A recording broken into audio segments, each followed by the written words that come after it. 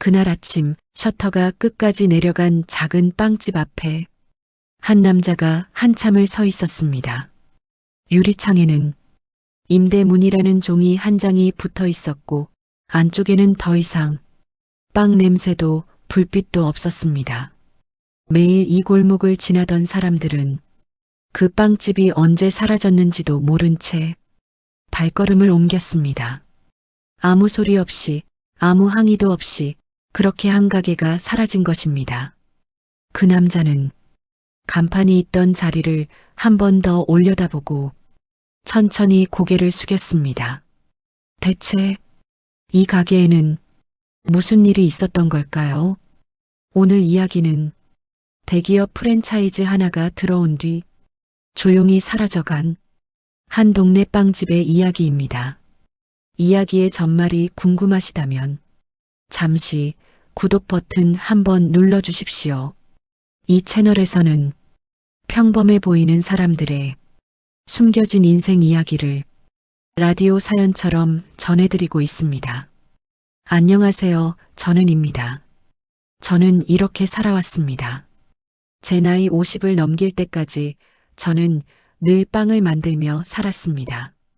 새벽 3시면 눈을 떴고 해가 뜨기도 전에 가게에 불을 켰습니다.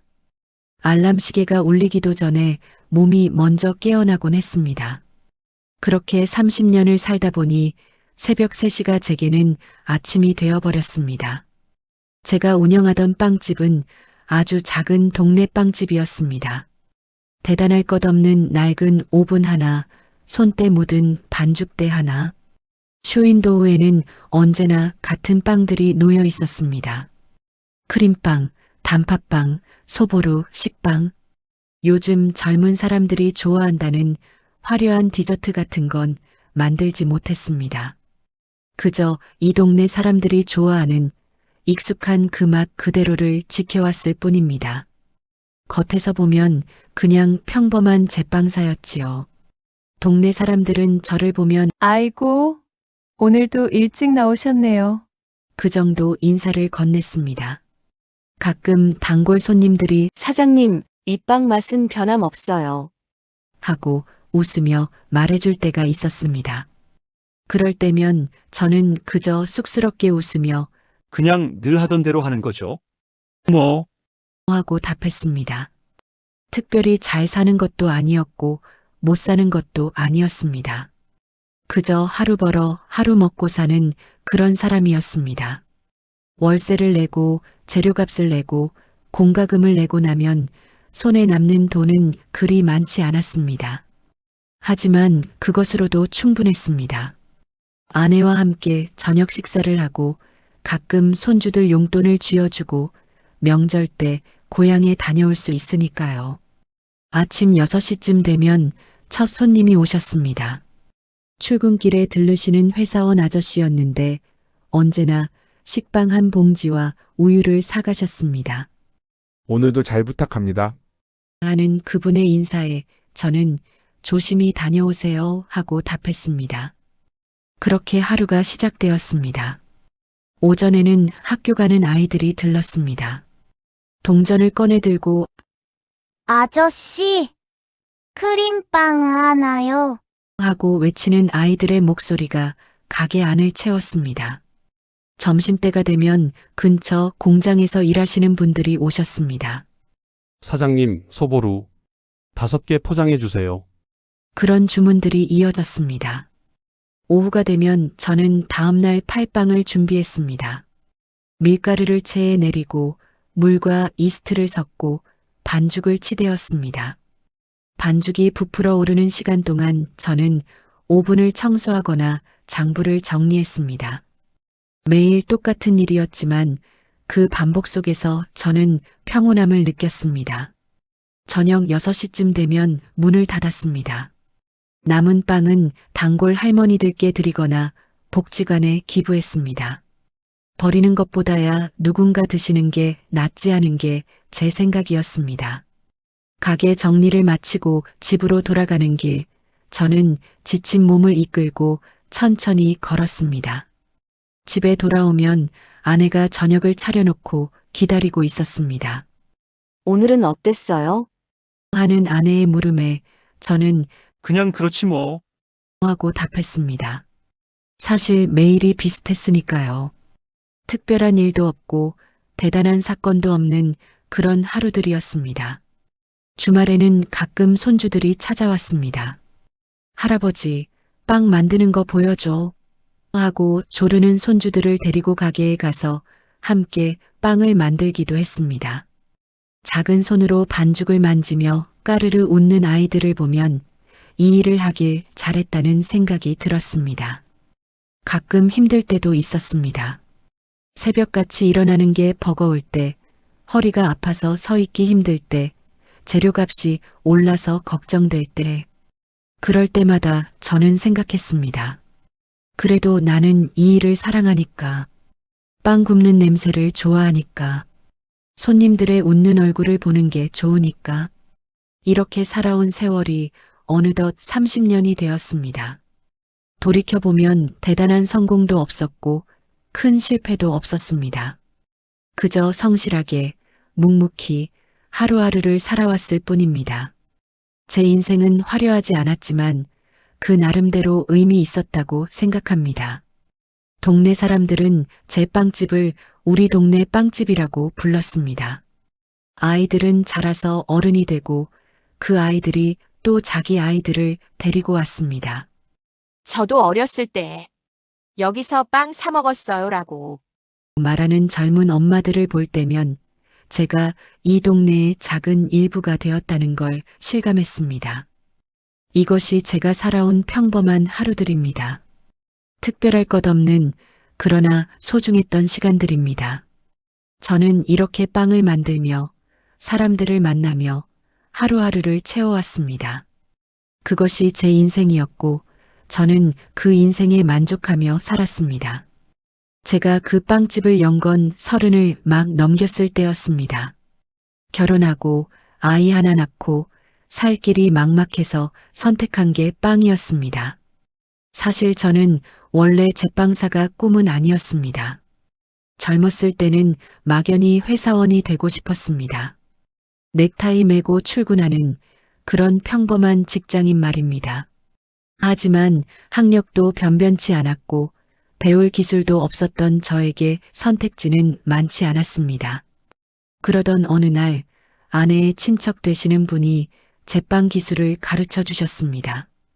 이거라도 배워두면 굶어 죽지는 않는다는 말씀과 함께요.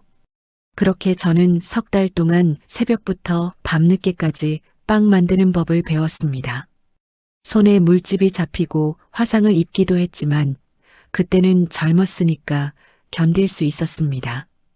가게를 열 때 빌린 돈이 1,000만 원이었습니다. 지금 생각하면 그리 큰 돈은 아니지만 그때 우리 부부에게는 평생 갚아야 할 것 같은 무게였습니다. 아내는 임신한 몸으로 가게 청소를 도왔고 저는 밤낮 없이 빵을 구웠습니다. 잘 될 거예요라고. 말하는 아내의 눈에는 불안함이 가득했지만 우리는 서로에게 그 감정을 드러내지 않으려 애썼습니다. 처음엔 빵이 잘 팔리지 않았습니다. 이미 동네에는 오래된 빵집이 하나 있었고 사람들은 새로 생긴 우리 가게를 쉽게 찾지 않았습니다. 하루에 남는 돈이 10,000원도 안 되던 날도 많았습니다. 아침에 구운 빵이 저녁까지 그대로 남아있는 날이면 저는 쇼윈도우 안의 빵들을 바라보며 한숨을 쉬었습니다. 이러다가 망하는 건 아닐까 하는 생각이 머릿속을 떠나지 않았습니다. 그래도 문을 닫지는 않았습니다. 왜냐하면 매일 같은 시간에 와서 같은 빵을 사가는 사람들이 있었기 때문입니다. 할머니 한 분은 단팥빵만 찾으셨고 아이셋 키우는 젊은 부부는 식빵을 꼭 2줄씩 사갔습니다. 그 얼굴들이 제가 버티는 힘이었습니다. 특히 그 할머니는 제가 잊을 수 없는 분입니다.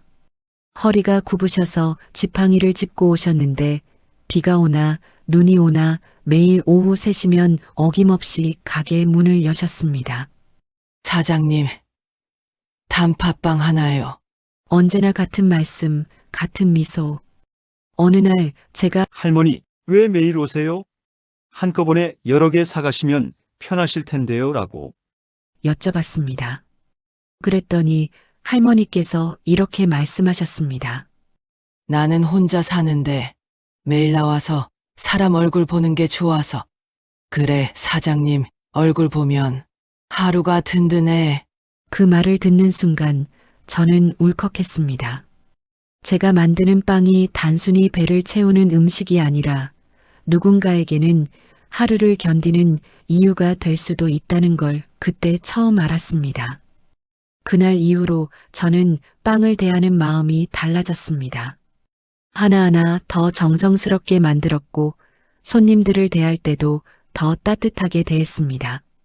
시간이 흐르면서 가게도 조금씩 자리를 잡아갔습니다. 입소문이 나면서 손님이 늘어났고 저는 오븐을 하나 더 들여놓을 수 있었습니다.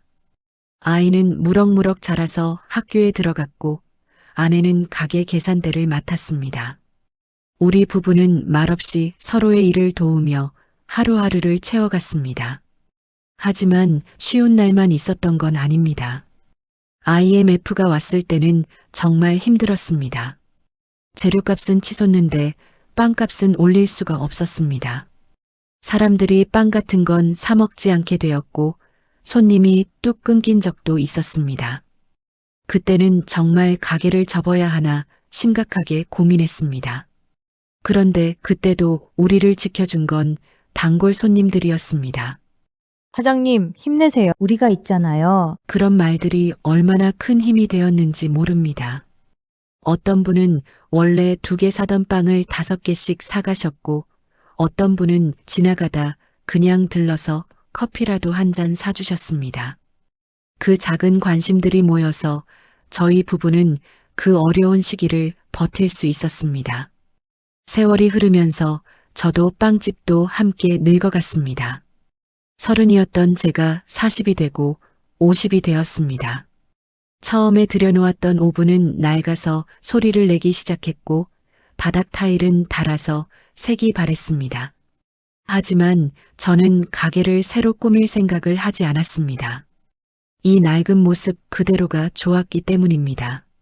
손님들도 여기는 변함없어서 좋아요라고 말해주셨습니다. 제 몸도 예전 같지 않았습니다. 새벽에 일어나는 게 점점 힘들어졌고 반죽을 치댈 때마다 허리가 쑤셨습니다.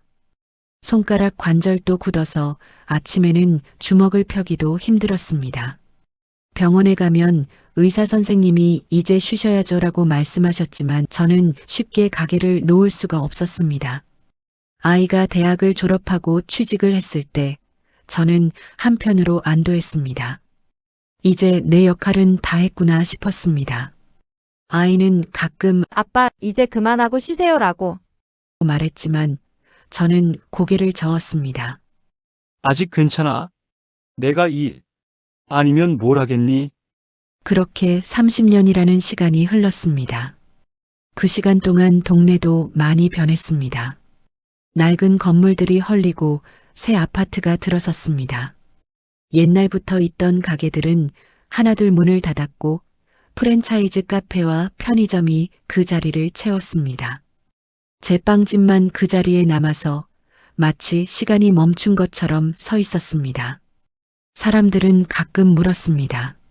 사장님, 여기 언제까지 하실 거예요? 그럴 때마다 저는 웃으며 대답했습니다. 글쎄요, 몸이 허락할 때까지요. 사실 저도 정확히 알 수 없었습니다. 언제까지 이 일을 할 수 있을지, 언제쯤 이 가게 문을 닫게 될지. 하지만 한 가지는 확실했습니다. 이 빵집은 단순히 제가 돈을 버는 곳이 아니었습니다. 이곳은 제 인생 그 자체였고 수많은 사람들과의 추억이 쌓인 곳이었습니다. 그 할머니가 지팡이를 짚고 오시던 모습, 아이들이 까르르 웃으며 빵을 고르던 모습, 젊은 부부가 손을 잡고 들어오던 모습, 그 모든 순간들이 이 오래된 벽 안에 스며들어 있었습니다. 그래서 저는 오늘도 새벽 3시에 눈을 뜹니다.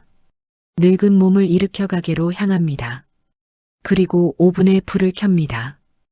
이것이 제가 빵집과 함께 늙어가는 방식입니다. 어느 날부터인가 골목 끝이 시끄러워지기 시작했습니다.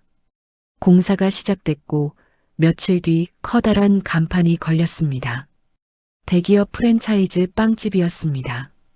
간판은 제 가게 것보다 3배는 컸고 형광등 불빛이 환하게 빛났습니다.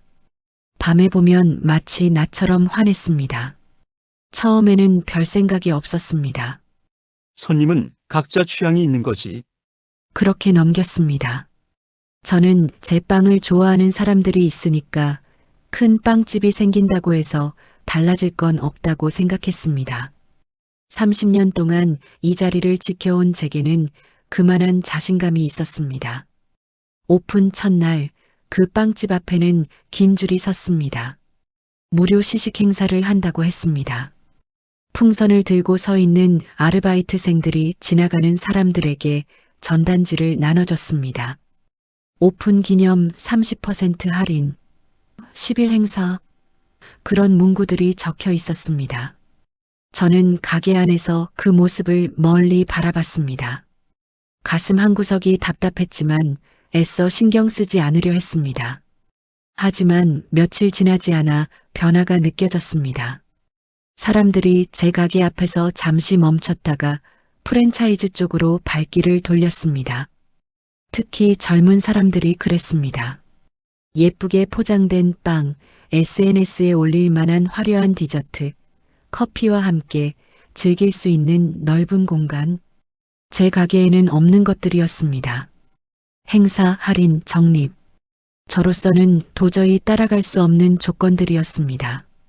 그 빵집은 빵 5개를 사면 하나를 더 줬고 커피를 공짜로 줬고 포인트 적립도 해줬습니다. 저는 그저 빵 하나에 2,000원, 3,000원 받는 게 전부였습니다. 할인을 하려면 제가 남는 게 없었고 공짜로 뭔가를 준다는 건 상상도 할 수 없는 일이었습니다. 가장 먼저 느낀 건 아침 손님이 줄어든 것이었습니다. 출근길에 들르던 회사원들이 점점 보이지 않았습니다. 어느 날 오랜만에 그 회사원 아저씨가 오셨길래 반갑게 인사를 했습니다. 오랜만이시네요. 그랬더니 그분이 미안한 듯 웃으며 말했습니다. 요즘 저기 새로 생긴 데서 커피도 주고 해서요. 죄송합니다. 저는 아니에요. 괜찮습니다. 하고 답했지만 속으로는 허전했습니다. 단골 손님들도 하나둘 발걸음이 뜸해졌습니다. 아이 셋 키우던 그 부부도 이제는 일주일에 한 번 올까 말까 했습니다. 예전에는 이틀에 한 번씩 오셨는데 말입니다.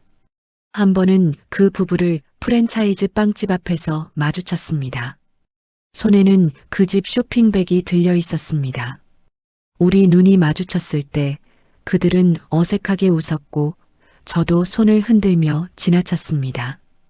그날 저녁 저는 혼자 가게에 앉아서 한참을 멍하니 있었습니다. 매출이 눈에 띄게 줄어들기 시작했습니다. 예전에는 하루에 식빵이 15개는 팔렸는데 이제는 5개도 안 팔리는 날이 많았습니다. 크림빵, 단팥빵도 마찬가지였습니다. 저녁 무렵이면 쇼윈도우에 빵이 그득했고 그 빵들은 결국 다음날 버려지거나 거의 공짜로 나갔습니다. 장부를 보면 답답했습니다. 월세를 내고 나면 손에 쥐는 돈이 점점 줄어들었습니다. 재료를 조금 덜 사야 하나 고민도 했지만 그러면 빵의 질이 떨어질 게 뻔했습니다. 저는 그럴 수 없었습니다. 적어도 맛만큼은 절대 타협하고 싶지 않았습니다. 아내는 걱정스러운 눈으로 저를 바라봤습니다. 여보, 우리도 뭔가 바꿔야 하는 거 아니에요? 포장을 예쁘게 한다든지, 새로운 빵을 만든다든지. 아내의 말이 틀린 건 아니었습니다. 하지만 저는 어디서부터 어떻게 바꿔야 할지 알 수가 없었습니다. 50이 넘은 나이에 새로운 걸 배운다는 게 쉽지 않았고 무엇보다 돈이 없었습니다. 어느 날 그 단팥빵 드시던 할머니가 오셨습니다. 변함없이 오후 3시 지팡이를 짚고 들어오셔서 사장님, 단팥빵 하나요. 하고 말씀하셨습니다. 그 순간 저는 눈물이 날 것 같았습니다. 적어도 이분만큼은 저를 떠나지 않으셨구나 싶었습니다. 저는 단팥빵을 정성스럽게 포장하면서 할머니, 감사합니다. 하고 말했습니다. 할머니는 뭐가 고마워. 내가 좋아서 오는 건데. 하시며 웃으셨습니다.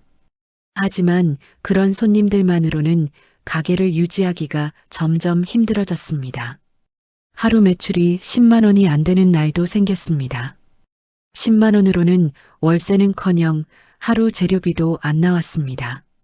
저는 제 통장을 깨서 가게 운영비를 보태기 시작했습니다. 30년간 모아둔 돈이 조금씩 줄어들었습니다. 밤에 잠을 자려고 누우면 온갖 생각이 머릿속을 맴돌았습니다. 내가 뭘 잘못한 걸까? 시대가 변한 건데 내가 적응을 못한 건가? 이제 정말 그만둬야 하는 건가? 그런 생각들이 꼬리에 꼬리를 물었습니다. 새벽 3시 알람이 울려도 몸이 일어나지지 않았습니다. 예전에는 알람 소리가 나기도 전에 눈이 떠졌는데 말입니다. 가게에 나가는 게 두려워지기 시작했습니다. 텅 빈 가게, 팔리지 않는 빵, 줄어드는 손님. 그 모든 게 제 실패를 증명하는 것 같았습니다. 어떤 날은 가게 문을 열고도 한 명의 손님도 오지 않았습니다. 그럴 때면 저는 가게 안에 혼자 앉아서 오븐이 돌아가는 소리만 듣고 있었습니다. 프랜차이즈 빵집은 날로 번창했습니다. 아침마다 그 앞을 지나갈 때면 사람들로 북적였습니다. 젊은 직원들이 환하게 웃으며 손님을 맞이했고 최신 유행하는 음악이 흘러나왔습니다. 그에 비해 제 가게는 너무나 낡고 초라해 보였습니다. 색바랜 간판, 삐걱거리는 문, 오래된 오븐. 모든 게 시대에 뒤처진 것 같았습니다. 어느 날 오랜 단골이었던 중년 아주머니가 오셨습니다. 그분은 제 빵집을 20년 넘게 다니신 분이었습니다. 그런데 그날 그분이 이렇게 말씀하셨습니다. 사장님 미안한데요. 우리 애들이 이제 저기 빵이 더 맛있대요. 그래서 앞으로는 저기서 사야 할 것 같아요. 저는 아, 네 그러세요. 하고 답했습니다. 더 이상 무슨 말을 해야 할지 몰랐습니다. 그분이 나가시고 나서 저는 한참을 그 자리에 서 있었습니다. 20년이라는 시간이 한순간에 무너지는 것 같았습니다. 저는 그제야 깨달았습니다. 제가 지켜온 것들, 변하지 않는 맛, 정성, 그런 것들만으로는 더 이상 충분하지 않다는 걸. 세상은 변했고 사람들이 원하는 것도 달라졌습니다. 그날 저녁 집으로 돌아가는 길에 저는 처음으로 생각했습니다. 이제 정말 끝인가? 하고 30년을 지켜온 이 빵집을, 제 인생의 전부였던 이곳을 이제 정말 놓아야 하는 건가? 그 생각이 들자 가슴이 무너져 내리는 것 같았습니다. 하루 매출이 눈에 띄게 줄었습니다. 예전에는 오전에만 30만 원어치는 팔렸는데 이제는 하루 종일 해도 그만큼 나오지 않았습니다. 장부를 펼쳐볼 때마다 숫자들이 점점 작아지는 게 보였습니다. 월요일 12만 원, 화요일 9만 원, 수요일 7만 원. 숫자가 줄어들수록 제 가슴도 함께 내려앉았습니다. 남는 빵이 늘었고 버려야 하는 날도 많아졌습니다. 아침에 정성껏 구운 식빵이 저녁까지 그대로 남아 있었습니다. 크림빵은 쇼윈도우 안에서 시간이 지나면서 색이 변했습니다. 예전에는 오후가 되면 빵이 동이 나서 죄송합니다. 다 팔렸어요. 하고 말하던 적도 많았는데 이제는 빵이 남아도는 게 일상이 되었습니다. 버리는 건 정말 고통스러운 일이었습니다. 새벽 3시에 일어나서 밀가루를 체에 내리고 반죽을 치대고 정성껏 구운 빵들. 그 빵 하나하나에는 제 시간과 노력이 스며들어 있었습니다. 그런데 그걸 검은 비닐봉지에 담아서 쓰레기통에 버려야 한다는 게 너무 괴로웠습니다. 빵을 버릴 때마다 제 30년이 함께 버려지는 것 같았습니다. 처음에는 복지관에 기부를 했습니다. 하지만 복지관에서도 조심스럽게 말했습니다. 사장님, 요즘은 저희도 다른 데서 받는 게 많아서요. 그 말의 의미를 저는 알았습니다. 프랜차이즈 빵집에서 더 좋은 빵을 더 많이 기부하고 있다는 뜻이었습니다. 저는 아, 네, 그렇군요. 하고 고개만 끄덕였습니다. 아내는 아무 말도 하지 않았습니다. 매일 저녁집에 돌아오면 아내가 식탁에 밥을 차려놓고 앉아 있었습니다. 예전에는 오늘은 어땠어요? 하고 물었는데 이제는 그 질문조차 하지 않았습니다. 아마 답을 알고 있었기 때문일 겁니다. 저도 굳이 말하지 않았습니다. 말하면 현실이 더 선명해질 것 같아서요. 그 침묵이 오히려 더 무거웠습니다. 밥을 먹을 때도, TV를 볼 때도, 잠자리에 누워서도 그 무거운 침묵이 우리 사이를 떠돌았습니다. 30년을 함께 산 부부인데 이제는 무슨 말을 해야 할지 모르겠더군요. 아내의 얼굴에는 걱정이 가득했지만 저는 그 걱정을 마주할 용기가 없었습니다. 어느 날 밤 아내가 조심스럽게 입을 열었습니다. 여보, 하는 그 목소리에 저는 뭔가 중요한 말이 나올 거라는 걸 직감했습니다. 하지만 저는 응? 하고 대답한 뒤 TV에서 눈을 떼지 않았습니다. 아내는 잠시 침묵하다가 아니에요. 아무것도 아니에요. 하고 말했습니다. 그날 밤 저는 아내가 하려던 말이 무엇이었을지 생각했습니다. 아마도 이제 그만하자는 말이었을 겁니다. 조금만 더 버텨보자. 제가 먼저 말했습니다. 다음 날 아침 새벽에 일어나면서 혼잣말처럼 중얼거렸습니다. 가게에 도착해서도 오븐에 불을 켜면서도 반죽을 하면서도 그 말을 되뇌었습니다. 조금만 더. 마치 주문을 외우듯이요. 하지만 그 말이 점점 스스로에게 거짓말처럼 느껴졌습니다. 조금만 더 버티면 뭐가 달라진다는 건지, 무엇을 기대하며 버티는 건지, 저 스스로도 알 수가 없었습니다. 기적이 일어나서 손님들이 다시 돌아온다? 프랜차이즈 빵집이 갑자기 문을 닫는다? 그런 일은 일어나지 않을 거라는 걸 저도 알고 있었습니다. 재료를 주문하는 것도 부담이 되기 시작했습니다. 예전에는 밀가루를 한 달에 20포대씩 주문했는데 이제는 5포대도 남았습니다. 거래처 사장님이 걱정스럽게 물었습니다. 사장님, 요즘 장사 안 되세요? 저는 억지 웃음을 지으며 아, 뭐 그저 그렇죠. 하고 둘러댔습니다. 하지만 그분도 다 알고 있었을 겁니다. 주문량이 줄어든다는 건 곧 가게가 어렵다는 뜻이니까요. 어느 날은 전기세 고지서를 받아들고 한참을 멍하니 있었습니다. 50만 원. 예전 같으면 문제없이 낼 수 있는 금액이었는데 이제는 그것조차 부담스러웠습니다. 저는 집에 가서 아내 몰래 제 통장을 확인했습니다. 잔액은 점점 줄어들고 있었습니다. 이 속도로 가면 반년도 못 버틸 것 같았습니다. 손님이 뜸해지자 시간이 더 천천히 가는 것 같았습니다. 예전에는 정신없이 바빠서 시간 가는 줄 몰랐는데 이제는 시계를 보면 겨우 1시간밖에 안 지났더군요. 텅 빈 가게에 혼자 앉아서 뭘 해야 할지 몰랐습니다. 청소를 했지만 가게는 이미 깨끗했고 정리를 했지만 정리할 게 없었습니다. 그러다 보니 자꾸 옛날 생각이 났습니다. 손님들로 북적이던 그때, 빵이 모자라서 추가로 구워야 했던 그때, 단골 손님들과 농담을 주고받던 그때, 그 시절이 마치 꿈 같았습니다. 내가 정말 그런 시절을 보냈나? 싶을 정도로 지금과는 너무 달랐습니다. 어느 날 오후 단팥빵 할머니가 오셨습니다. 변함없이 오후 3시 어김없이 문을 여시고 들어오셨습니다. 사장님, 단팥빵 하나요. 그 한마디가 그날 제가 들은 유일한 주문이었습니다.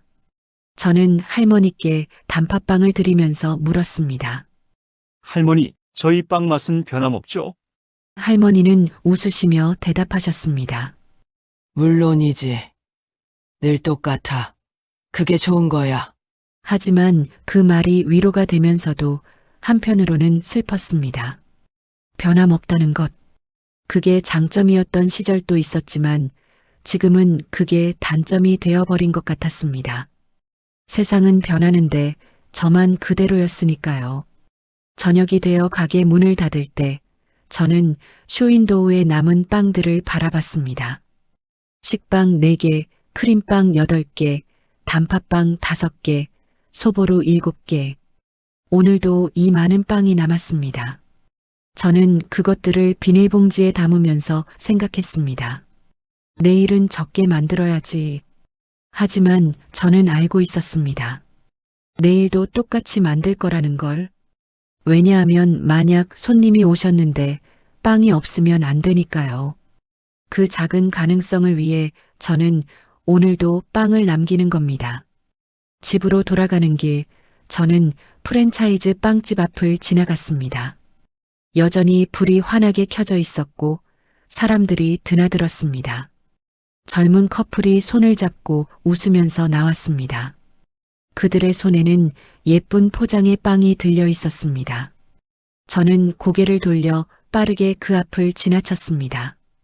그날 밤 잠자리에 누워서 저는 천장을 바라봤습니다. 내일도 새벽 3시에 일어나야 합니다. 또다시 빵을 구워야 하고 또다시 팔리지 않을 빵들을 보며 하루를 보내야 합니다. 그 생각을 하니 몸이 무거웠습니다. 하지만 저는 알람을 맞춰 놓았습니다. 3시로 30년간 그래왔듯이 옆에서 아내가 잠든 숨소리가 들렸습니다. 규칙적이면서도 깊은 숨소리. 저는 그 소리를 들으며 생각했습니다. 이 사람과 함께 시작한 일인데 이렇게 끝나는 건가? 가슴이 먹먹했습니다. 그리고 저는 그날 밤 처음으로 눈물을 흘렸습니다. 소리 내지 않고 조용히 혼자서. 그러던 어느 날 동네 주민센터에서 작은 행사가 열렸습니다. 어르신들께 간단한 간식을 나누는 자리였습니다. 주민센터 직원이 며칠 전에 가게로 전화를 했었습니다. 사장님, 혹시 행사에 간식 좀 협찬해 주실 수 있으세요? 저는 잠시 망설였습니다. 요즘 형편이 어려운데 협찬을 한다는 게 부담스러웠습니다. 하지만 네, 알겠습니다. 하고 대답했습니다. 거절할 수가 없었습니다. 저는 아무 말 없이 빵을 한 상자 들고 갔습니다. 행사 당일 아침, 저는 평소보다 조금 일찍 일어나서 빵을 구웠습니다. 남은 빵을 가져가는 게 아니라 행사를 위해 새로 만들고 싶었습니다. 식빵, 크림빵, 단팥빵, 소보루. 정성껏 구워서 큰 상자에 담았습니다. 포장은 화려하지 않았지만 따뜻한 마음만큼은 담았다고 생각했습니다. 주민센터에 도착하니 이미 어르신들이 모여 계셨습니다. 30여 명쯤 되어 보였습니다. 저는 조용히 뒤쪽으로 가서 빵 상자를 내려놓았습니다. 직원분이 사장님, 감사합니다. 하고 인사를 했지만 저는 손을 저으며 별 말씀을요? 하고 슬쩍 자리를 피하려 했습니다. 그런데 그때 한 어르신이 저를 알아보셨습니다. 저 사람, 우리 동네 빵집 사장님 아니야? 그 목소리에 여러 어르신들이 고개를 돌렸습니다. 그중 한 할머니가 앞으로 나오셨습니다. 제가 아는 분이었습니다. 동네에서 혼자 사시는 분이셨죠. 맞아요. 이분이에요. 이분이 우리한테 매주 빵 갖다 주시는 분이에요. 할머니의 말에 저는 당황했습니다. 주변 사람들이 웅성거리기 시작했습니다. 뭐, 빵을 갖다 준다고? 어떻게? 그런 질문들이 쏟아졌습니다. 그날 사람들이 알게 되었습니다. 제가 몇 년 동안 이웃 독거노인들에게 무료로 빵을 나눠주고 있었다는 것을요. 사실 이건 정말 큰일도 아니었습니다. 3년 전쯤부터 시작한 일이었는데 그냥 가게 문을 닫고 집에 가는 길에 남은 빵을 몇 분께 드렸을 뿐입니다. 처음 시작한 건 우연이었습니다. 어느 저녁 평소보다 빵이 많이 남았던 날이었습니다. 집으로 가는 길에 골목에서 할머니 한 분을 마주쳤는데 그분이 쓰레기통을 뒤지고 계셨습니다. 저는 그 모습을 보고 가슴이 철렁했습니다. 저도 모르게 할머니, 잠깐만요. 하고 불렀고 들고 있던 빵 봉지를 드렸습니다. 이거 오늘 남은 건데요. 드세요. 할머니는 처음엔 손을 저으셨습니다. 아니에요. 괜찮아요. 하지만 저는 어차피 버릴 건데요. 버리는 것보다는 드시는 게 낫잖아요. 하고 말했습니다. 할머니는 그제야 받으시며 눈물을 글썽이셨습니다. 고맙습니다. 정말 고맙습니다. 그날 밤 저는 집에 와서도 그 할머니 생각을 했습니다. 다음 날부터 저는 의식적으로 그 할머니 댁 앞을 지나가게 되었습니다. 그리고 남은 빵이 있으면 문 앞에 살짝 놓고 왔습니다. 할머니는 나중에 제게 고맙다고 인사를 하러 오셨습니다. 그때 알게 됐습니다.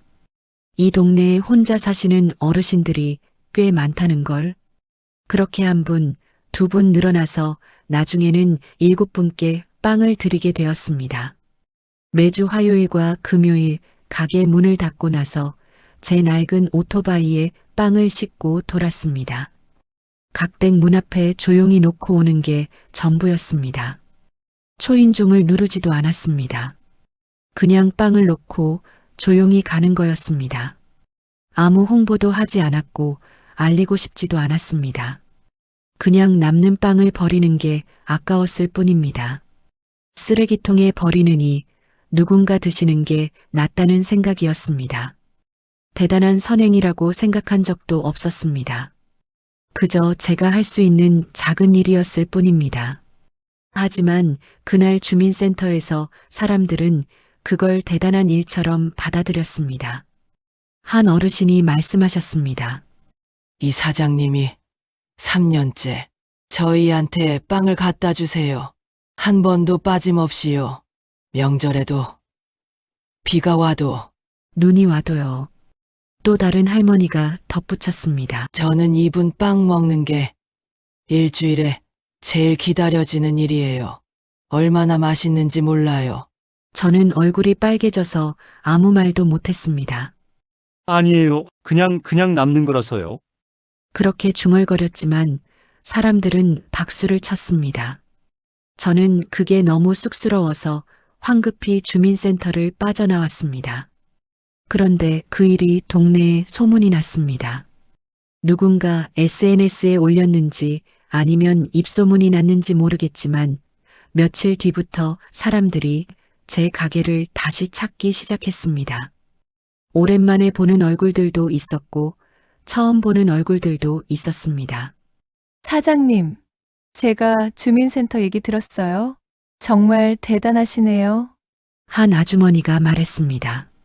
저는 손을 저으며 아니에요. 별일 아니에요. 하고 답했지만 그분은 웃으며 식빵 2개를 사갔습니다. 앞으로 여기서만 살게요. 그날 오후 놀랍게도 제 가게에 줄이 섰습니다. 길지는 않았지만 서너 명이 차례를 기다리고 있었습니다.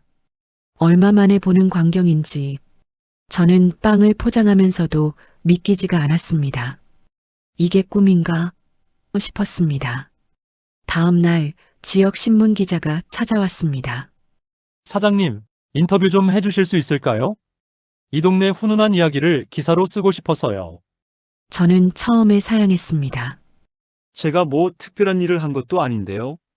하지만 기자는 이런 이야기야말로 사람들이 알아야 한다고.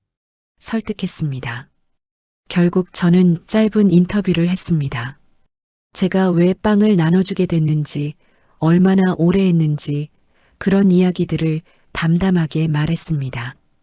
기자는 열심히 받아 적었고 사진도 몇 장 찍었습니다. 저는 그게 끝인 줄 알았습니다. 그런데 며칠 뒤 그 기사가 나왔고 SNS에서 퍼지기 시작했습니다.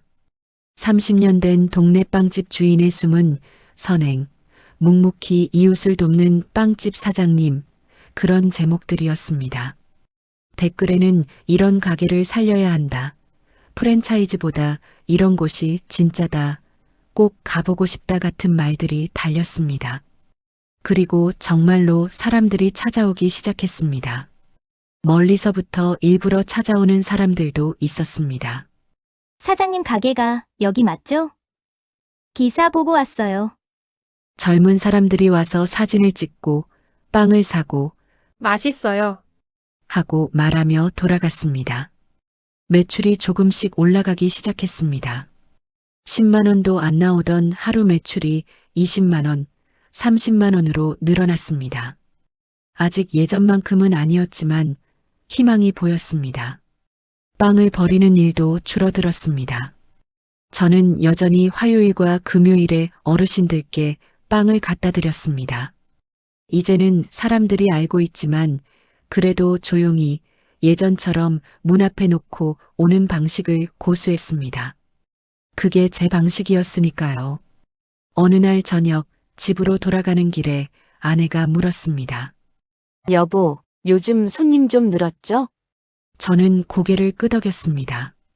응, 조금. 아내가 웃으며 말했습니다. 당신이 좋은 일 하니까 복이 돌아오나 봐요. 저는 아무 말 없이 아내의 손을 잡았습니다. 그 손이 따뜻했습니다. 그날 밤 저는 오랜만에 편안하게 잠들었습니다.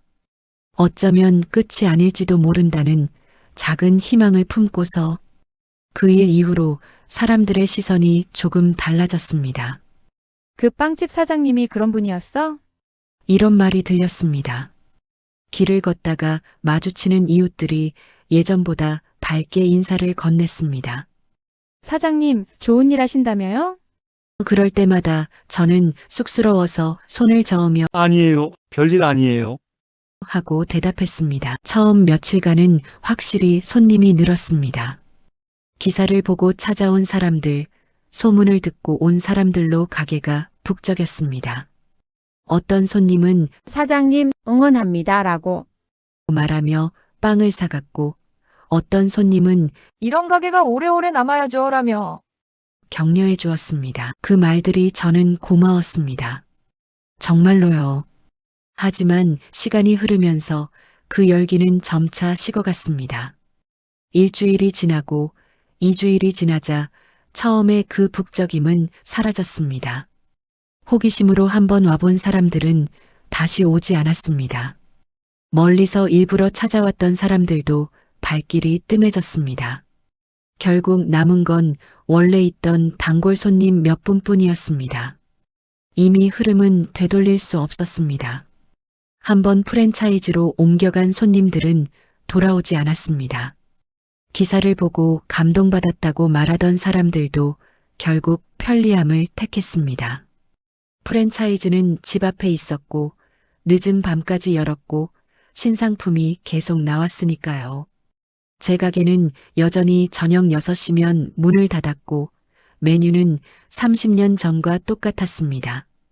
착한 가게라는 말이 매출을 대신해 주지는 않았습니다. 사람들은 제가 좋은 일을 한다는 걸 알았지만 그것만으로 빵을 사러 오지는 않았습니다.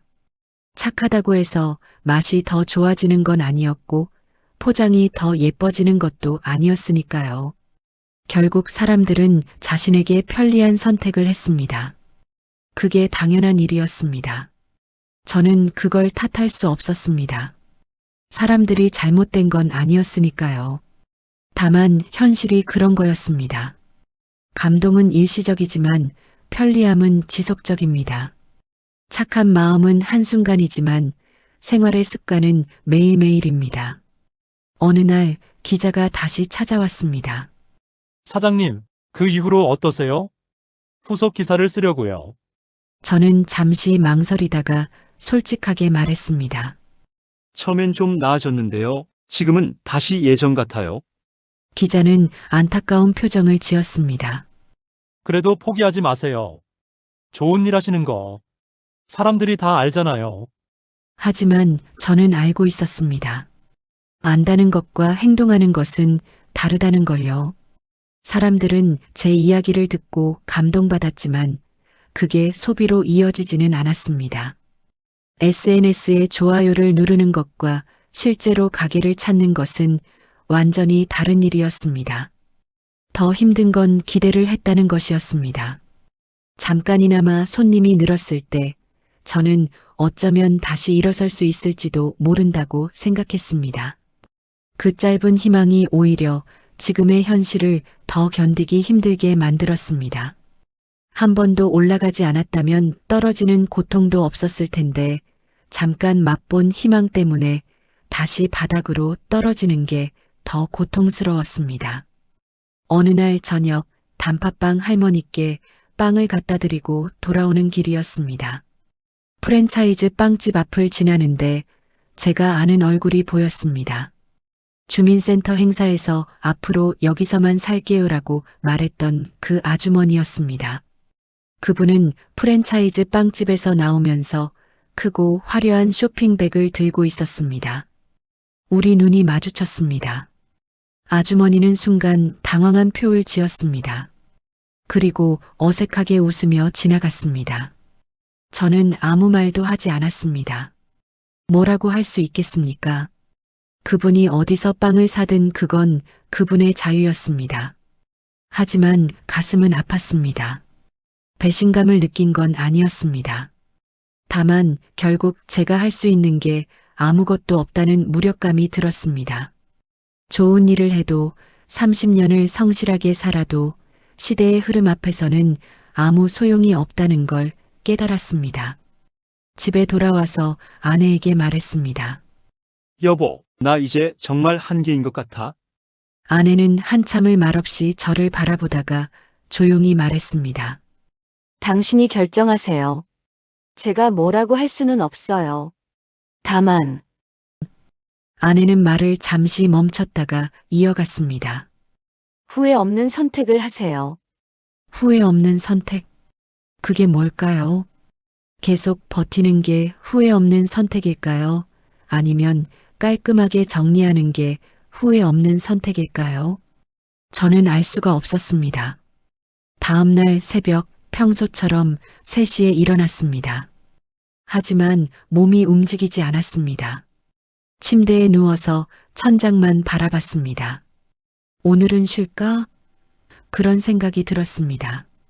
30년 만에 처음으로 가게 문을 안 열고 싶다는 생각이 들었습니다. 결국 저는 일어났습니다. 습관이란 게 무섭더군요. 몸이 알아서 움직였습니다. 세수를 하고 옷을 입고 가게로 향했습니다.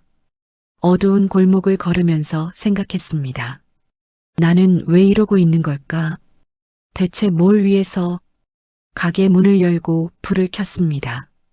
오븐에 불을 붙이고 반죽을 시작했습니다. 똑같은 동작, 똑같은 순서.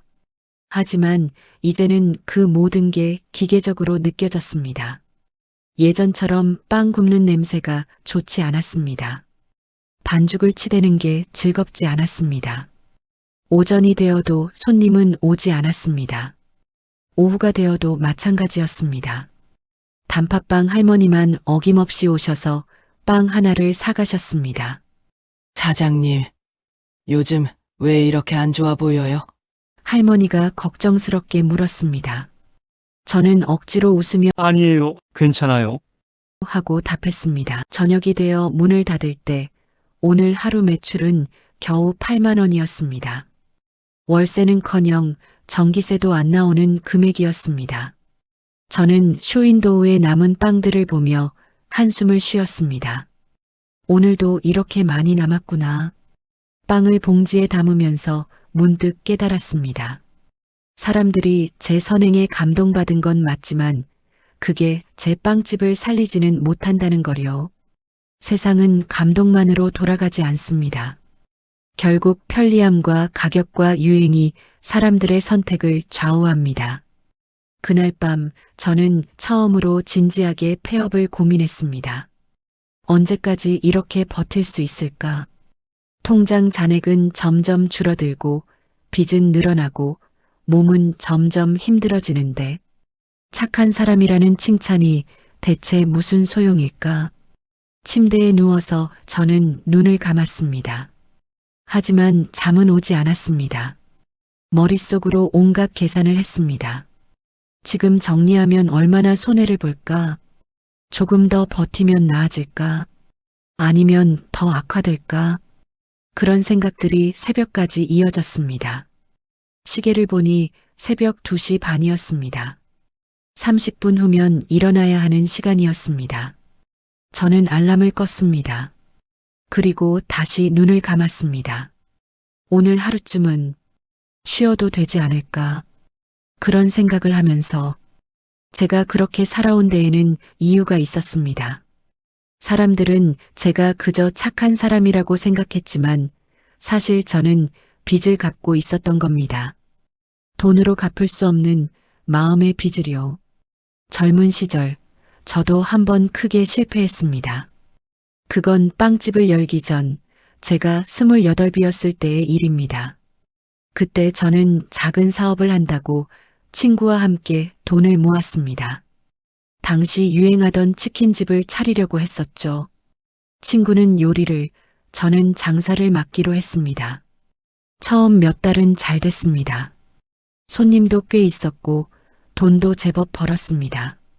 그런데 욕심이 생겼습니다. 한 곳 더 내면 수입이 2배가 될 거라고 생각했죠.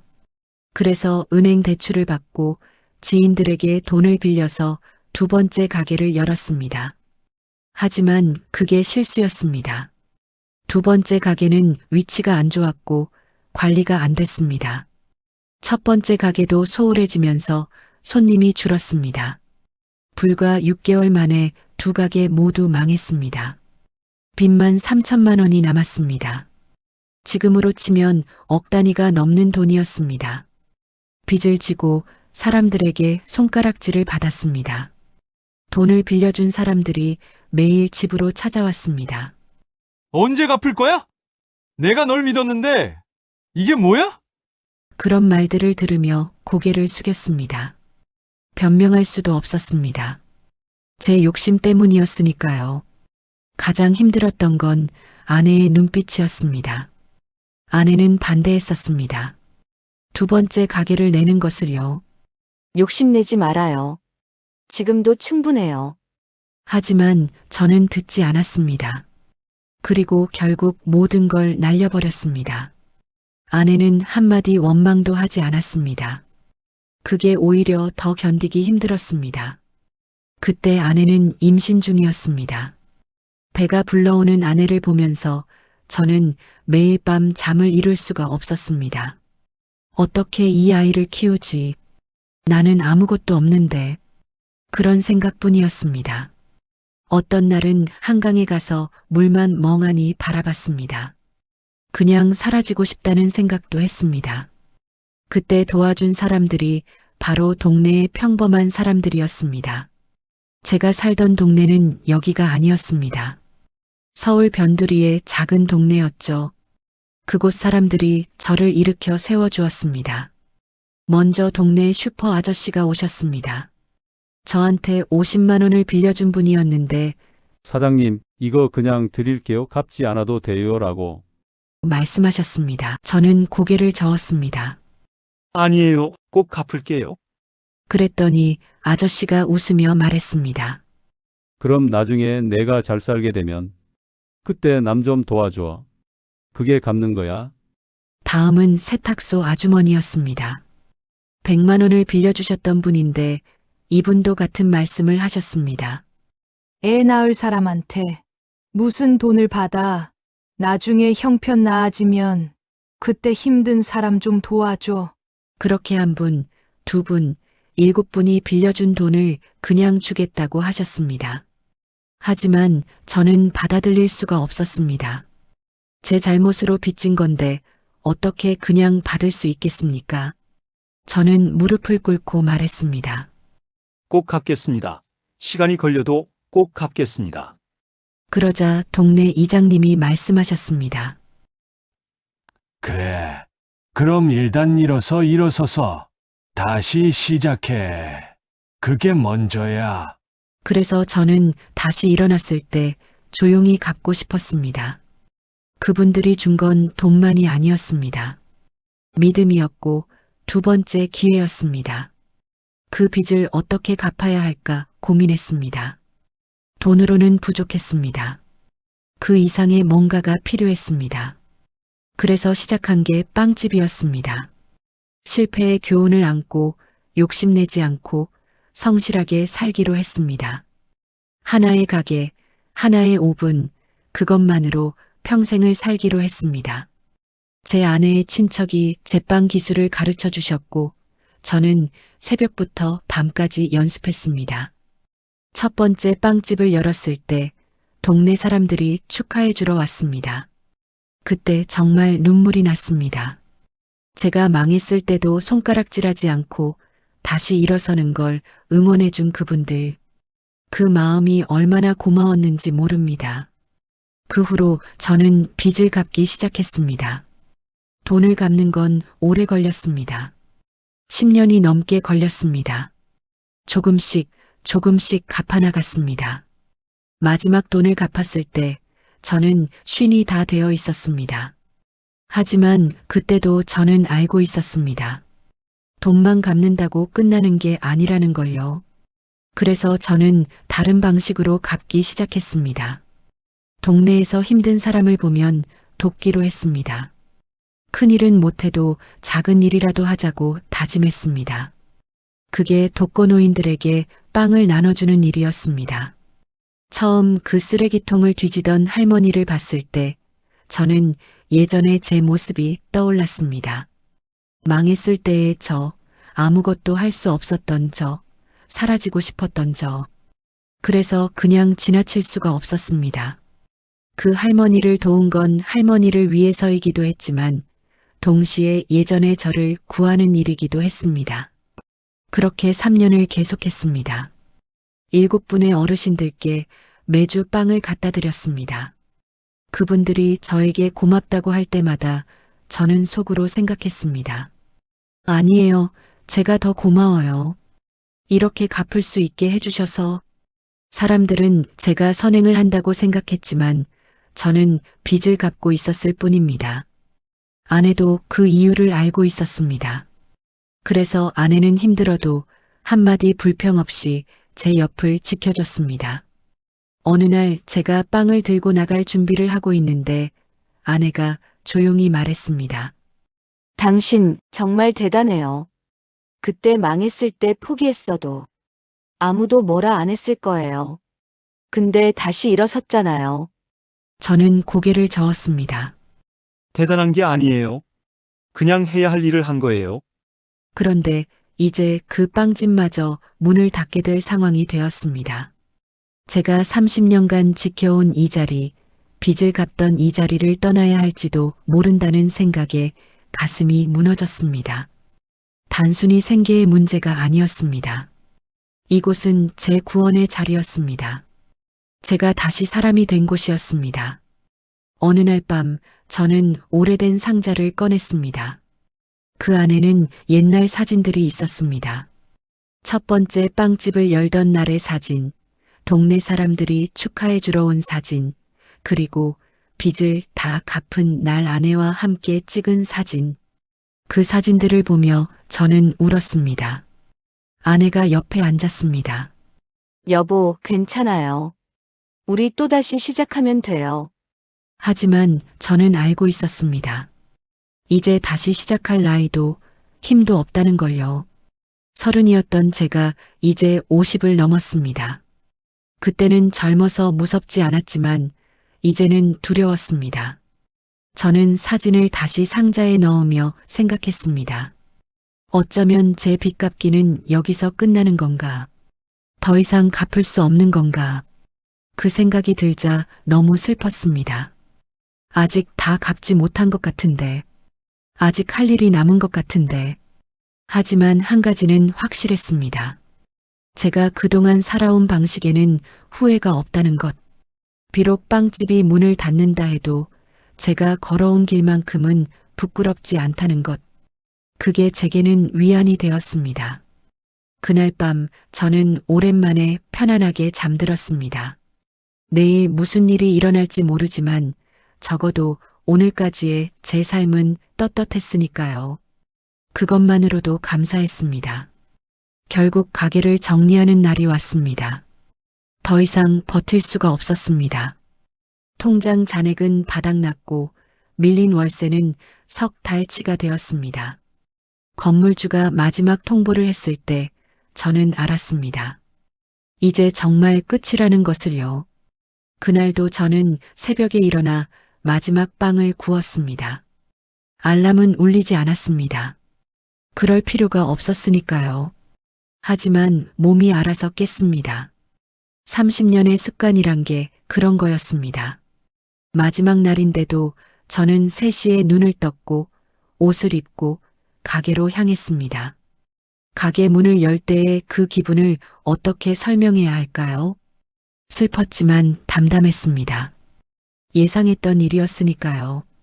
하지만 동시에 가슴 한구석이 텅 빈 것 같았습니다. 30년을 매일 아침 열었던 이 문을 오늘이 마지막으로 여는구나. 그 생각이 들자 손이 떨렸습니다. 오븐에 불을 켰습니다. 삐삐 소리가 났고 오래된 오븐이 천천히 온도를 올리기 시작했습니다. 이 소리를 얼마나 들었을까요? 수만 번, 아니 수십만 번은 들었을 겁니다. 하지만 오늘이 마지막입니다. 내일부터는 이 소리를 듣지 못합니다. 밀가루를 체에 내렸습니다. 하얀 가루가 흩날렸고 익숙한 냄새가 코를 찔렀습니다. 물을 넣고 이스트를 넣고 반죽을 시작했습니다. 손이 알아서 움직였습니다. 힘을 주는 타이밍, 접는 각도, 모든 게 몸에 배어 있었습니다. 반죽을 치대면서 저는 눈물이 났습니다. 소리 없이 조용히 흘렀습니다. 이게 마지막 반죽이구나. 마지막 빵이구나. 그 생각이 자꾸 들었습니다. 눈물이 반죽 위에 떨어졌지만 저는 닦지 않고 계속 치댔습니다. 빵을 오븐에 넣었습니다. 타이머를 맞추고 유리창을 통해 빵이 부풀어 오르는 걸 지켜봤습니다. 30년 동안 몇 번이나 본 광경이지만 오늘따라 유난히 아름다워 보였습니다. 반죽이 천천히 부풀어 오르고 갈색으로 변하고 고소한 냄새가 퍼지는 그 과정이 오전이 되었습니다. 빵을 쇼윈도우에 정리했습니다. 식빵, 크림빵, 단팥빵, 소보루. 마지막 날이니 제일 정성껏 만들었습니다. 하나하나 손으로 만지며 자리를 잡았습니다. 잘 있어라 하고 중얼거렸습니다. 빵에게 인사하는 제 모습이 우스웠지만 눈물은 멈추지 않았습니다. 손님은 거의 없었습니다. 오전 내내 단 2명이 왔을 뿐입니다. 폐업한다는 걸 아는지 모르는지 그들은 그냥 평소처럼 빵을 사고 갔습니다. 감사합니다. 하고 인사할 때 저는 더 크게 고개를 숙였습니다. 마지막 손님들이니까요. 오후 3시가 되었습니다. 단팥빵 할머니가 오실 시간이었습니다. 저는 문 밖을 계속 바라봤습니다. 제발 오늘도 오시길. 작별 인사라도 하고 싶었습니다. 그런데 3시가 지나고 3시 반이 되어도 할머니는 오지 않으셨습니다. 혹시 편찮으신 건 아닐까? 걱정이 되기 시작했습니다. 하지만 저는 가게를 비울 수가 없었습니다. 혹시 할머니가 오실지도 모르니까요. 그렇게 4시까지 기다렸지만 할머니는 끝내 오지 않으셨습니다. 저는 단팥빵 하나를 봉지에 담았습니다. 그리고 가게 문에 잠시 자리 비움이라는 팻말을 붙이고 나갔습니다. 할머니 댁은 여기서 10분 거리였습니다. 뛰어갔습니다. 50이 넘은 나이에 뛰는 게 힘들었지만 저는 계속 뛰었습니다. 할머니 댁 문 앞에 도착했을 때 저는 헐떡이고 있었습니다. 초인종을 눌렀습니다. 한참을 기다렸지만 대답이 없었습니다. 다시 눌렀습니다. 이번에는 안에서 기침 소리가 들렸습니다. 누구세요? 할머니 목소리였지만 평소와 달랐습니다. 힘이 없었습니다. 할머니, 저예요. 빵집 사장이요. 제가 말했습니다. 잠시 후 문이 열렸습니다. 할머니는 얼굴이 창백했고 몸을 가누지 못하는 것 같았습니다. 아이고, 사장님, 미안해요. 오늘 몸이 안 좋아서. 할머니가 미안해하며 말했습니다. 저는 할머니를 부축해 안으로 들어갔습니다. 집안은 추웠습니다. 난방도 안 되어 있었습니다. 할머니, 병원 가셔야 해요. 제가 말했습니다. 하지만 할머니는 고개를 저었습니다. 괜찮아요. 감기일 거예요. 며칠 지나면 나아질 거야. 저는 119를 불렀습니다. 할머니는 손을 저으며 괜찮다고 했지만 저는 듣지 않았습니다. 구급차가 왔고 할머니는 병원으로 실려갔습니다. 저도 함께 따라갔습니다. 가게는 그냥 비워둔 채로요. 병원에서 몇 시간을 기다렸습니다. 의사가 나와서 말했습니다. 폐렴이에요. 조금만 늦었으면 위험할 뻔했습니다. 저는 안도의 한숨을 쉬었습니다. 할머니는 입원하셨고 저는 입원비를 냈습니다. 제 통장에 남은 마지막 돈이었습니다. 병실로 들어갔을 때 할머니는 링거를 맞으며 누워 계셨습니다. 제 손을 잡으며 말씀하셨습니다. 사장님, 고마워요. 정말 고마워요. 저는 할머니 손을 꼭 잡았습니다. 괜찮아요. 당연한 거예요. 그때 할머니가 물었습니다. 그런데 사장님, 오늘 왜 직접 오셨어요? 평소엔 문 앞에 놓고 가셨잖아요. 저는 잠시 망설이다가 말했습니다. 할머니, 오늘이 마지막 날이에요. 가게 문을 닫아요. 할머니의 눈에 눈물이 고였습니다. 아이고, 내가 그것도 모르고. 저는 고개를 저었습니다. 아니에요. 할머니 잘못이 아니에요. 저는 가져온 단팥빵을 할머니 침대 옆 탁자에 놓았습니다. 이게 마지막 단팥빵이에요. 나중에 드세요. 할머니는 울먹이며 말했습니다. 사장님 빵이 세상에서 제일 맛있었어요. 3년 동안 얼마나 행복했는지 몰라요. 저도 울었습니다. 저도 행복했어요. 할머니가 계셔서. 병원을 나올 때는 저녁이었습니다. 가게로 돌아왔을 때는 이미 어두워진 후였습니다. 다행히 아무 일도 없었습니다. 하지만 폐업 시간은 이미 지났습니다. 셔터를 내리기 전 저는 가게 안을 한 번 더 둘러봤습니다. 모든 것이 그 자리에 그대로 있었지만 시간만 앞으로 가 있었습니다. 낡은 오븐, 손때 묻은 반죽대, 색바랜 쇼윈도우. 30년 동안 함께한 것들이었습니다. 저는 가게 한가운데 섰습니다. 천천히 360도 돌아보았습니다. 모든 걸 기억하고 싶었습니다. 벽의 금간 부분, 바닥의 다른 타일, 천장의 누런 자국. 그 모든 게 제 인생의 흔적이었습니다. 쇼윈도우에 남은 빵들을 봤습니다. 오늘 만든 마지막 빵들, 팔리지 않은 빵들. 저는 그것들을 하나하나 봉지에 담았습니다. 어느 분께 드릴까 생각하다가 결국 노숙자 쉼터에 전화했습니다. 오늘 빵 좀 드려도 될까요? 마지막이에요. 빵을 전달하고 돌아왔을 때는 밤이었습니다. 가게 문을 마지막으로 잠글 시간이었습니다. 열쇠를 자물쇠에 넣었습니다. 하지만 돌리지 못했습니다. 한참을 그대로 서 있었습니다. 잘 있어. 저는 가게에게 말했습니다.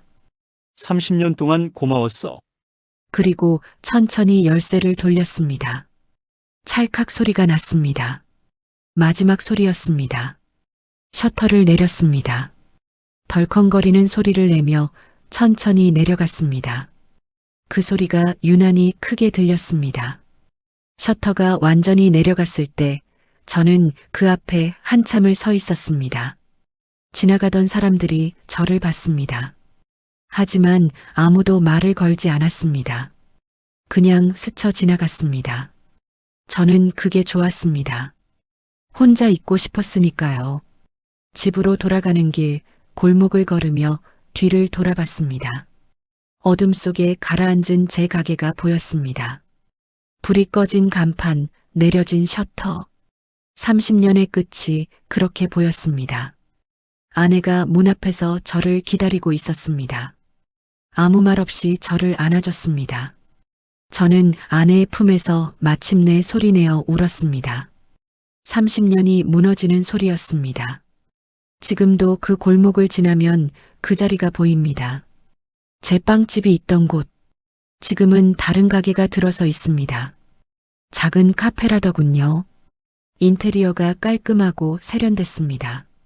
지나가는 사람들이 커피를 들고 나옵니다. 그 모습을 보면 묘한 기분이 듭니다. 제가 30년을 보낸 곳인데 이제는 아무 흔적도 남아있지 않다는 게, 프랜차이즈는 여전히 성업 중입니다. 아침마다 그 앞을 지나가면 사람들로 붐빕니다. 새로운 메뉴가 계속 나오고 할인 행사가 이어집니다. 그걸 보면 이상하게도 화가 나지 않습니다. 그저 그런가 보다 싶습니다. 세상이 그렇게 돌아가는 거니까요. 저는 다른 일을 하며 살고 있습니다. 요즘은 동네 마트에서 일합니다. 물건을 진열하고 손님을 응대하고 재고를 관리합니다. 빵을 만들던 손으로 이제는 상품을 정리합니다. 처음에는 적응이 안 됐습니다. 새벽에 눈이 떠지면 습관처럼 가게에 가려고 일어났다가 이제는 그럴 필요가 없다는 걸 깨닫곤 했습니다. 월급은 빵집을 할 때보다 안정적입니다. 매달 정해진 돈이 들어옵니다. 걱정은 덜었습니다.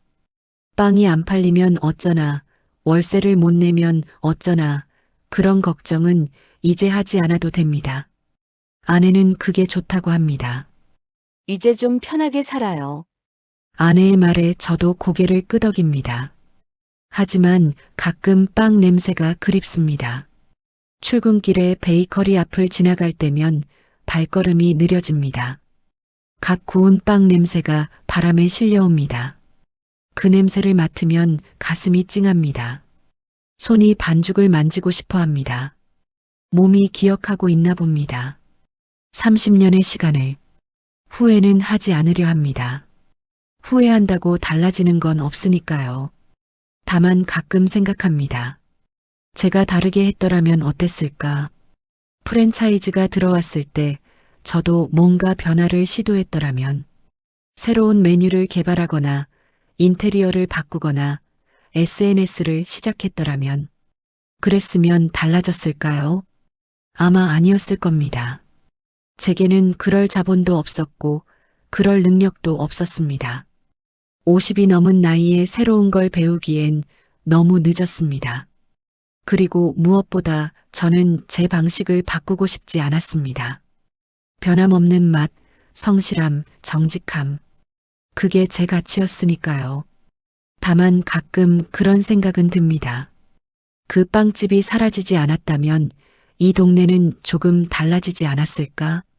제 빵집은 단순히 빵을 파는 곳이 아니었습니다. 단팥빵 할머니에게는 하루의 낙이었고, 독거노인들에게는 따뜻한 위안이었고, 동네 아이들에게는 추억이었습니다. 지금 그 자리에 있는 카페는 깔끔하고 좋습니다. 하지만 할머니가 지팡이를 짚고 오시진 않습니다. 아이들이 동전 쥐고 뛰어오지 않습니다. 그저 커피를 사서 가는 곳일 뿐입니다. 사람 냄새가 나지 않습니다.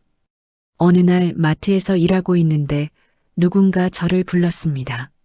사장님, 돌아보니 예전 단골 손님이었습니다. 그분이 반갑게 인사하며 물었습니다. 여기서 일하세요? 빵집은요? 저는 웃으며 대답했습니다. 문 닫았어요. 이제 여기서 일해요. 그분은 안타까운 표정을 지었습니다. 아, 그랬구나. 그 빵 정말 맛있었는데. 그 말이 위로가 되면서도 아팠습니다. 맛있었다고 기억해 주는 건 고마운 일입니다. 하지만 그 맛있는 빵도 결국 프랜차이즈의 편리함을 이기지 못했습니다. 사람들은 제 빵을 좋아했지만 그것만으로는 충분하지 않았습니다. 단팥빵 할머니는 어떻게 지내실까요? 병원에서 퇴원하신 후로 몇 번 찾아뵈었습니다. 할머니는 여전히 그 동네에 사십니다. 사장님 빵이 그리워요라고. 말씀하실 때마다 가슴이 아픕니다. 제가 더 이상 드릴 수 없으니까요. 가끔 집에서 빵을 만들어 봅니다. 아내와 둘이 먹으려고요. 손이 기억하고 있어서 어렵지 않습니다. 반죽을 치대고 오븐에 구워내면 그 냄새가 집안을 가득 채웁니다. 그럴 때면 잠시나마 행복합니다. 빵집 사장이었던 그때로 돌아간 것 같아서요. 하지만 오븐 타이머가 울리면 다시 현실로 돌아옵니다. 이제 저는 빵집 사장이 아닙니다. 마트 직원입니다. 그게 제 현실. 받아들여야 합니다. 여러분이라면 이 이야기를 어떻게 보셨을까요? 어떤 분들은 제가 시대에 적응하지 못한 사람이라고 할지도 모릅니다. 변화를 거부하고 고집만 부리다가 망한 사람. 그렇게 볼 수도 있습니다. 틀린 말은 아닙니다. 어떤 분들은 프랜차이즈가 나쁘다고 할지도 모릅니다. 작은 가게를 망하게 한 대기업. 하지만 그것도 정답은 아닙니다. 프랜차이즈는 사람들이 원하는 걸 제공했을 뿐입니다. 편리함과 다양함과 세련됨을요. 정답은 없습니다. 다만 현실이 있을 뿐입니다. 작은 가게들이 사라지고 프랜차이즈가 그 자리를 채우는 것. 그게 우리가 사는 세상입니다. 누구의 잘못도 아닙니다. 그저 시대의 흐름일 뿐입니다. 우리 주변에는 이렇게 조용히 사라진 인생이 아직도 많지 않을까요? 제 빵집만 문을 닫은 게 아닙니다. 그 골목의 철물점도 문을 닫았습니다. 옆 동네 구멍가게도 사라졌습니다. 3대째 이어온 양복점도 이제는 없습니다. 그들도 모두 저처럼 30년, 40년을 버텼을 겁니다. 그리고 결국 시대에 밀려났을 겁니다. 그들의 이야기는 기록되지 않습니다. 신문에 나지도 않고 누가 기억해 주지도 않습니다. 그저 조용히 사라질 뿐입니다. 어느 날 문을 닫고 며칠 후 다른 가게가 그 자리를 채웁니다. 마치 처음부터 없었던 것처럼요. 하지만 저는 압니다. 그 자리마다 누군가의 인생이 있었다는 것을요. 누군가의 꿈이 있었고 땀이 있었고 눈물이 있었다는 것을요. 그 모든 것이 한순간에 사라지지만 그래도 그것은 의미 있는 삶이었다는 것을요. 이제 저는 이 이야기를 마무리하려 합니다. 40살 빵집 사장의 이야기. 아니, 이제는 옛날 빵집 사장이었던 사람의 이야기. 이 이야기가 누군가에게는 위로가 되길 바랍니다. 힘들게 버티고 있는 누군가에게, 조용히 사라져가는 누군가에게 여러분의 삶도 의미가 있습니다. 비록 세상이 알아주지 않아도, 기록되지 않아도 여러분이 살아온 시간은 충분히 가치 있습니다. 그걸 기억해 주세요. 저는 오늘도 마트에 출근합니다. 물건을 정리하고 손님을 맞이합니다. 평범한 하루를 삽니다. 하지만 가끔 손을 보면 생각합니다. 이 손이 수만 개의 빵을 만들었다는 것을요. 이 손이 누군가를 행복하게 했다는 것을요. 그것만으로도 충분합니다. 제 인생은 실패가 아니었습니다. 다만 끝났을 뿐입니다. 그리고 모든 끝에는 새로운 시작이 있습니다. 비록 빵집은 사라졌지만 저는 여전히 살아 있습니다. 내일도 살아갈 것입니다. 여러분도 그러길 바랍니다. 힘들어도 지쳐도 계속 살아가길. 그게 우리가 할 수 있는 최선이니까요. 고맙습니다. 제 이야기를 들어주셔서